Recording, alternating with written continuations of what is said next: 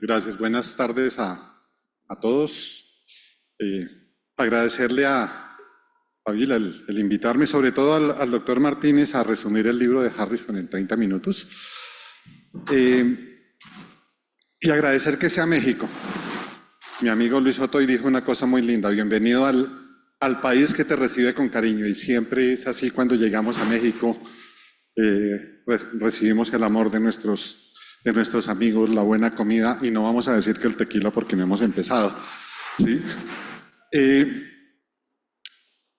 Cuando Ernesto me propuso esta charla, a mí me tocó llamarlo y decirme qué quiere de la charla, y me dijo lo que quiera. Entonces yo hice lo que quiera con esta charla y ya les voy a contar qué pasó con ella. Estos son mis conflictos de interés, y pues creo que lo primero es pensar esto. Nuestros pacientes cada vez son más comórbidos, esto nos aumenta ¿Cómo funciona esto? Ya. Bueno,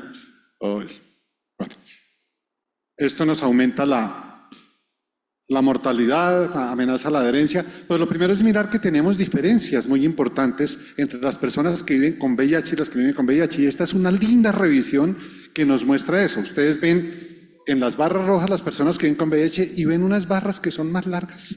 Y esas barras más largas son las que nos están diciendo, mire, esto es más frecuente en nuestros pacientes, la obesidad, la hiperlipidemia, el infarto. Pero cuando uno mira la gráfica del lado derecho, se dan cuenta que hay aproximadamente 10 entidades que son las que presentan más frecuencia. Y aquí voy a empezar a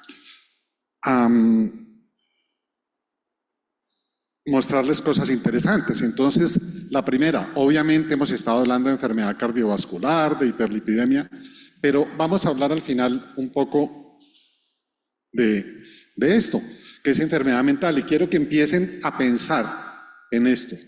Y es que es tal vez la enfermedad más frecuente hoy en día en los pacientes que viven con VIH. Y lo otro es pensar que, si bien es cierto, tenemos enfermedad cardiovascular, no es la principal causa de muerte.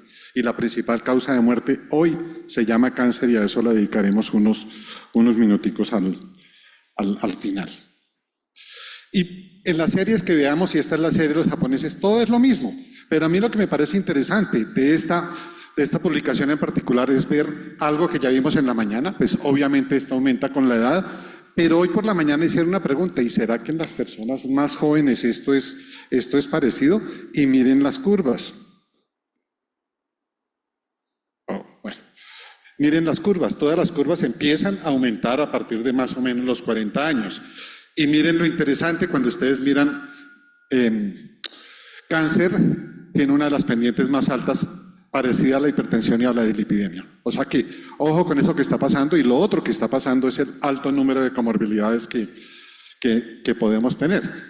Ahora, ¿qué pasa en Latinoamérica? Esto es muy bonito. Esto es la publicación de OPS de comorbilidad de enfermedades no infecciosas, y a este lado es la general, 4 millones de muertes en Latinoamérica por esto. Lo más frecuente es enfermedad cardiovascular, diabetes, cáncer y enfermedades respiratorias. Y cuando uno empieza a mirar qué tenemos de comorbilidad en VIH, nos damos cuenta que se parece. Dislipidemia, hipertensión, psiquiatría. Esto es un lindo trabajo en el que probablemente algunos de ustedes participaron. Y entonces nos empezamos a dar cuenta que la cosa se parece, pero que hay una mayor frecuencia en el tema. Ahora, decimos factores de riesgo. Entonces empezamos a mirar los factores de riesgo y ven marcaditos con flechitas la edad, obviamente a mayor edad, el índice de masa corporal, la hipertensión, pero si ven abajo, lo que ustedes encuentran es tiempo de infección y tiempo de tratamiento como factores importantes que podemos encontrar aquí.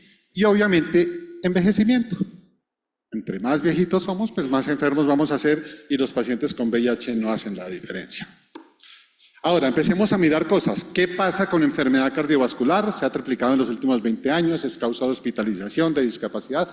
Ya dijimos que de muerte, pero no es la causa más frecuente, con un riesgo hasta 2 veces mayor en población general y un riesgo 1.3 veces para infarto. ¿Cuáles son los factores predisponentes? Y aquí es donde le empezamos a dar la vuelta a lo que me pidió Ernesto, ¿sí? Y es que vamos a hablar cuál es la contribución de los medicamentos, o sea, terapia antirretroviral y comorbilidades era la charla. Entonces vamos a ver cuál es la contribución de los medicamentos a todas estas cosas. Entonces ya empezamos a mirar terapia antirretroviral, conocemos el papel de los IPs, de la ZT, del efavirenz y un interrogante para inhibidores de integrasa, que ya vamos a hablar de eso. Pues todo esto lo conocemos nosotros como los factores proinflamatorios que se dan, el estilo de vida, o sea que eso no nos quita, y esto es muy importante. Sabemos que el VIH, desde el primer trabajo publicado de DIAD hace, qué sé yo, 25 años, que nos decía, mire, el solo hecho de tener VIH aumenta el riesgo de enfermedad cardíaca un 17%. Pero a eso se empiezan a sumar los factores propios de la vida, ¿sí? Los malos hábitos que tenemos los seres humanos, nuestro estilo de vida. Pero a eso le vamos a sumar ahora la terapia antirretroviral. ¿Qué efecto tiene la terapia antirretroviral sobre esto? Ahora, ¿qué es lo importante? Fíjense que en los países de altos ingresos, la gente se enferma de hipertensión, de hiperlipidemia, y en los países de bajos ingresos nos enfermamos de obesidad, somos fumadores y tomamos bastante traguito. Y eso nos ayuda. Y ahora vamos a mirar otras cosas. Estos son los dos trabajos publicados en Colombia. Este es el trabajo, la linda revisión liderada por Sandra Valderrama en prevalencia de factores de riesgo de enfermedad cardiovascular. Ustedes ven dislipidemia, tabaco, hipotiroidismo, hipertensión arterial, obesidad dentro de los primeros. Y miren ustedes, y esto es del Registro Nacional de Colombia, de lo que se llama la cuenta de alto costo, y se dan cuenta ustedes que los factores que influyen en el modelo que hicieron ellos es mayores de 50 años, enfermedad definitoria de VIH, obesidad y la parte de enfermedad renal. Ahora, esto es lo que nosotros vemos normalmente, los factores de riesgo que ya hemos visto, los factores relacionados a la infección. Me está tomando del pelo este pointer, pero bueno, los ven ustedes: la hipertensión, la diabetes, la resistencia a la insulina, el síndrome metabólico que harto se ha hablado, sí, y en ninguno de estos, y esto es una revisión relativamente reciente, nos ponen los medicamentos. Pero antes de eso, yo quisiera que pensásemos una cosa. Hemos hablado del papel de la inmunidad, de toda la parte proinflamatoria, pero ¿alguien ha hablado de la recuperación inmunológica? ¿Alguien ha dicho qué le pasa a nuestros pacientes cuando no tienen recuperación inmunológica? Y yo creo que aquí es donde también correlacionamos el tema de la terapia antirretroviral con este punto. Y fíjense lo que dice este lindo trabajo. Y este lindo trabajo dice que el bajo nivel de CD4 y la no recuperación de CD4 se ha asociado con el aumento de la morbilidad y la mortalidad y la comorbilidad. O sea que este es un punto muy importante. Y yo quisiera dejarles en este auditorio hoy la importancia de empezar a mirar esto, y no solamente en el recuento de linfocitos CD4, sino en la relación CD4-CD8. Y esto tiene una explicación, ¿sí? Ustedes ven, esto es un trabajo muy lindo que se publicó a finales del 2022 en una de las revistas de cardiología, y ellos dijeron, bueno, pero ¿qué le pasa a los pacientes con VIH y su sistema inmune si están controlados? ¿Y qué encontraron? En cualquiera de los 3 espacios que ustedes miren: la incidencia de enfermedad cardiovascular, de falla cardíaca o de arteriosclerosis, van a encontrar lo mismo: un aumento de CD17, una reexpresión de CD45A y una reexpresión de CD28. ¿Cómo se llama eso? Inmunosenescencia. Y el otro punto al que me quiero referir, y tengo que agradecerle a mucha gente que me colaboró con esto, es ¿qué otras cosas no vemos en nuestros pacientes? Y es farmacodependencia. Entonces, ¿por qué nuestros pacientes se enferman? No solamente por cocaína, que es este ejemplo, ¿sí? La cocaína sabemos nosotros pues que puede producir vasoespasmo y puede producir síndrome coronario, puede producir angina, etcétera, pero la cocaína se ha demostrado que en los pacientes con VIH produce un estado proinflamatorio, un aumento del factor de necrosis tumoral, de la interleuquina 6, disminución de las interleuquinas proinflamatorias, daño oxidativo y pues aumento de la agregación plaquetaria. ¿Todo eso qué lleva? A infarto agudo de miocardio. Pero si ustedes ven, pasa lo mismo con benzodiazepinas, pasa lo mismo con la motrigina, con toda una serie de sustancias que pueden ser psicoestimulantes, y con consumo de alcohol. Hay una revisión muy linda que habla de la sindemia, y vamos a hablar de la primera sindemia hoy, de VIH y farmacodependencia. Y como esto, además de que amenaza la adherencia y todo esto, nos está llevando a una mayor expresión de comorbilidades. Ahora, ¿qué pasa con los medicamentos? Todos ustedes conocen esto, el efecto de los no nucleócidos sobre la función miocárdica, aparentemente mediado a través de toxicidad mitocondrial, la disfunción diastólica por ZT. Esto es muy interesante y lo vamos a ver ahora, los IPs con mayor mortalidad, pero esa mayor mortalidad se correlaciona con la readmisión asociada a falla cardíaca, es decir, que en el primer ingreso no se produce, pero en el segundo ingreso aumenta. Los pacientes con los IPs potenciados, y ya lo vamos a mirar, con mayor frecuencia de dislipidemia, enfermedad coronaria, pues abacavir. ¿Cuántos años llevamos peleando con abacavir? Que sí, que no. Ahora aparece una reciente publicación que dice definitivamente abacavir sí, pero uno mira los metaanálisis y dicen que no, entonces no lo sabemos. Ahora, cuando uno mira, y este es un listado muy grande de todas las cosas que puede producir, y fíjense que aquí están todos los medicamentos que usamos hoy en día, abacavir, tenofovir, en algunas partes se sigue usando sidobuina, rilpivirina, efavirenz, y todos producen efectos sobre el corazón, y todos aumentan la enfermedad cardiovascular en esta revisión. ¿Y por qué se produce esto? Porque la terapia antirretroviral aumenta el estrés oxidativo. Fundamentalmente eso es lo que hace. Aumenta el estrés oxidativo y si ustedes miran la tabla de allí al lado son todos los trabajos que nos han mostrado este tipo de cosas. Pero creo que la cereza del pastel es esta. Y desde hace un año que con el doctor Carlos Beltrán estuvimos discutiendo el tema, yo le decía, pero a ver, ¿qué vamos a hacer ahora si ya estamos asociando, ¿sí?, los inhibidores de integrasa a enfermedad cardiovascular? Y yo jocosamente le dije a Carlos, me voy a seguir formulando nevirapina. Yo tengo que decir que soy un fan de nevirapina y la seguimos usando en Colombia con muy buenos resultados y sin enfermedad cardiovascular, pero probablemente doravirina. Y fíjense que perdón, porque me adelanté a lo que no quería, ¿sí? Este trabajo que es del RESPOND, es un trabajo muy lindo, daría para que hiciésemos todo un simposio, el análisis de este trabajo, pero nos dice que los pacientes que usan inhibidores de integrasa aumentan un 8.46 los eventos. Pero curiosamente, y yo quisiera que algún bioestadístico me lo explicara, que ese efecto empieza a disminuir a partir del mes 24, como si pasase lo mismo que pasa con abacavir, que son los momentos iniciales de los inhibidores de integrasa los que están llevando eso. Pero alguien, como siempre ocurre en medicina, tenía que decir que no. Afortunadamente en medicina tenemos las dos corrientes siempre y eso creo que nos alimenta a todos la energía, el poder polemizar. Y entonces alguien dice, no, esta es la corte suiza, ellos estudiaron un poco, 5.000 pacientes, acuérdense que el RESPOND fueron 24.000, ¿sí? Ellos estudiaron 3 años, el RESPOND estudió casi 7, ¿sí? Y dijeron, pues mire, nosotros no encontramos esa asociación. Y entonces eso me sirve para que al final ustedes me digan si en estos score, y hay N1000 score de riesgo cardiovascular, tendremos que empezar a poner terapia antirretroviral y tiempo de terapia antirretroviral como factor de riesgo para enfermedad cardíaca.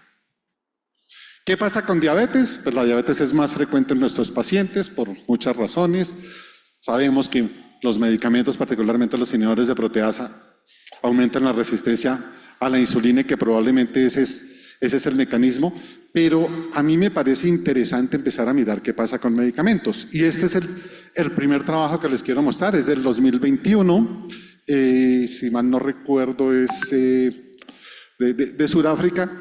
Pero uno mira esto y dice, mire, pues sí, todo esto es una mayor frecuencia de diabetes, pero ¿qué me parece interesante?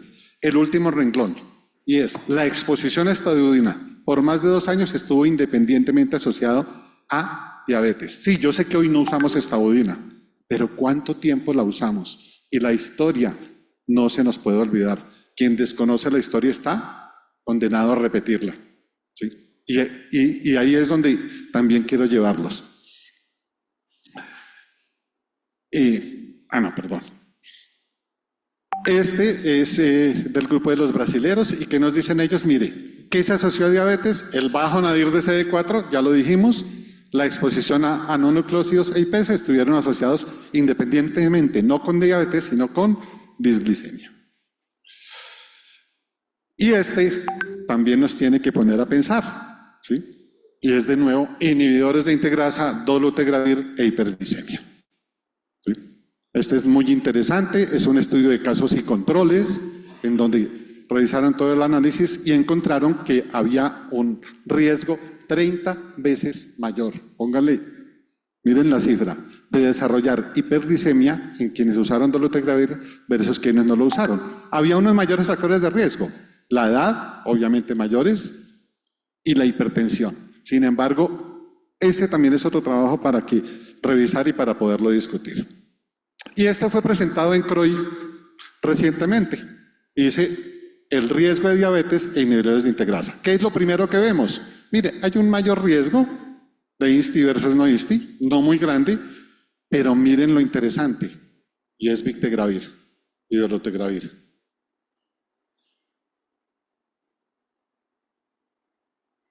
Hay que revisarlo, el póster es supremamente interesante, la discusión es supremamente interesante, pero algo está pasando allí. Enfermedad renal, pues nosotros sabemos, era muy frecuente en nuestros pacientes, ahora cada vez es menor. ¿Qué se asocia? Se asocia de nuevo el bajo recuento CD4, los afrodescendientes, algunos polimorfismos genéticos, ¿sí?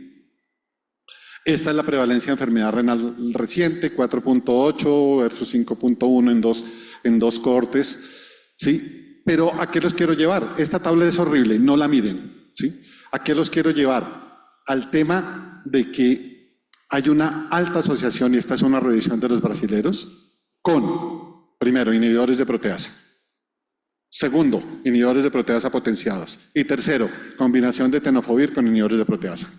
Y todas, si ustedes las miran, están marcaditas en rojo. Al lado derecho, todas tienen un alto nivel de significancia. O sea que ya el mensaje es, no nos quedemos solo con tenofovir. Sabemos que tenofovir aumenta y tiene un alto riesgo de desarrollar enfermedad renal. Hay una gran discusión, si es reversible, si no es reversible.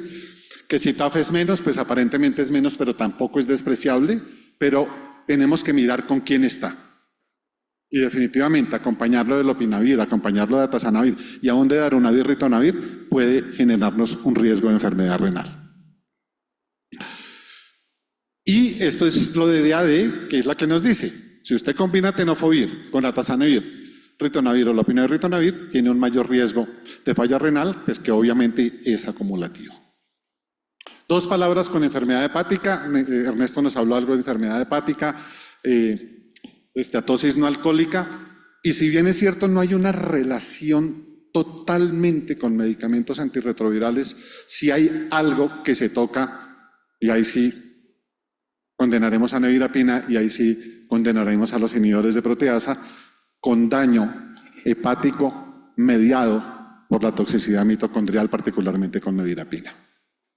Y aquí me quiero detener de nuevo, ¿sí? Y me quiero detener en el tema de enfermedad mental. Nosotros sabemos que la enfermedad mental está llena de cofactores. El mismo VIH es la causa, la parte social, la parte de farmacodependencia. Ya vimos, cerca del 25% de los pacientes, hay series que muestran que hasta el 40% de nuestros pacientes tienen enfermedad mental y desafortunadamente nuestras consultas a veces no nos permiten hilar un poquito más fino en enfermedad mental. En un trabajo que estamos haciendo con un psiquiatra en este momento, lo que ha encontrado él en 3 meses de trabajo es que el 25% de nuestros pacientes tienen algún tipo de enfermedad mental, mayores o menores, y no ha evaluado aún todos nuestros pacientes. Y esta es la segunda sindemia, por eso quise traer esto. Ahora, ¿con qué se ha relacionado? Con la raza, con la educación, con el desempleo, con el uso de cocaína, con el tabaco, pero con el solo hecho de tener infección por VIH. Y no podíamos dejar de hablar de dolutegravir y enfermedad mental. Ese sí fue el motivo de discusión. Eso fue presentado en Glasgow, creo que hace 6, 8 años. Tuvo mucha discusión, unos lo replicaron, otros lo replicaron. Este es de nuestros compañeros españoles, y ellos que encontraron un 5 y algo % de enfermedad mental, de exacerbación de enfermedades mentales. Y aquí es donde quiero llevar el mensaje. Y es que no es una enfermedad mental que esté desarrollada por el mismo medicamento, es una enfermedad mental que se puede exacerbar por el mismo medicamento. Y a veces nosotros mismos tenemos la discusión cuando vamos a elegir el tratamiento, ¿será que sí le damos a este paciente que tiene una historia de, qué sé yo, de psicosis o de esquizofrenia o qué sé yo? Hay que pensarlo. 2 palabras en cáncer. Aquí tienen ustedes incidencias de cáncer, esto es hacia el 2022. ¿Con qué están relacionadas? Miren, pulmón, hígado, canal anal, BPH, tabaco. No estoy diciendo que se relacione con medicamentos antirretrovirales. Lo que estoy diciendo, queridos amigos, es que le pongamos más atención al cáncer, porque es lo que está matando a nuestros pacientes controlados. Y porque aquí viene mi segunda reflexión para el día de hoy. ¿Será que tenemos que empezar a hacer screening de cáncer más tempranamente en nuestros pacientes? ¿Sí? Y esto es pues, lo que nos dice la guía de la EACS acerca de qué tenemos que hacer, y más o menos todo lo plantea hacia los 50 años. Yo particularmente creo que algunos tipos de cánceres tendremos que verlos más tempranamente. Y con esto, ya que sé que voy a acabar, esto es de la revisión de los americanos publicada a finales del año pasado de terapia antirretroviral entre personas viviendo con VIH. En las 2 renglones superiores ven ustedes las frecuencias de uso, y si ustedes bajan, pues obviamente ustedes dirán, yo no tengo aquí una correlación de decir, mira, es que dolutegravir está relacionada con el 33% de enfermedad cardiovascular, sino que probablemente seleccionamos los inhibidores de integrasa en estos pacientes que tenían comorbilidades, que probablemente, pero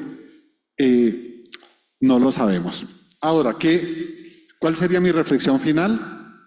Ponga atención a los antecedentes, la historia no se puede olvidar, evalúen la evolución inmunológica, de dónde parte el paciente, cómo evoluciona y cómo evoluciona su relación CD4-CD8, más todas las otras cosas que usualmente le decimos a los pacientes. Esto es parte de la prevención. Ya lo de estatina se habló hoy más temprano. Vamos a pasarnos esto. Y como conclusiones, pues sabemos que la comorbilidad es mayor en las personas que viven con VIH, que todos nuestros pacientes deben ser testeados en los factores de riesgo, no solamente para enfermedad cardiovascular, sino para todas las comorbilidades y cáncer, que tenemos que modificar los factores de riesgo, que tengamos en cuenta los marcadores inflamatorios.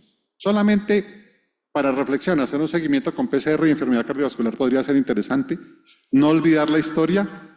Y vuelvo y les digo, ¿será que incluimos en nuestras escalas la terapia y el tiempo de terapia antirretroviral y enfermedad VIH? Doctor Martínez, muchas gracias. Me tocó revisarme la última edición de Harrison. Sí. Muchísimas gracias.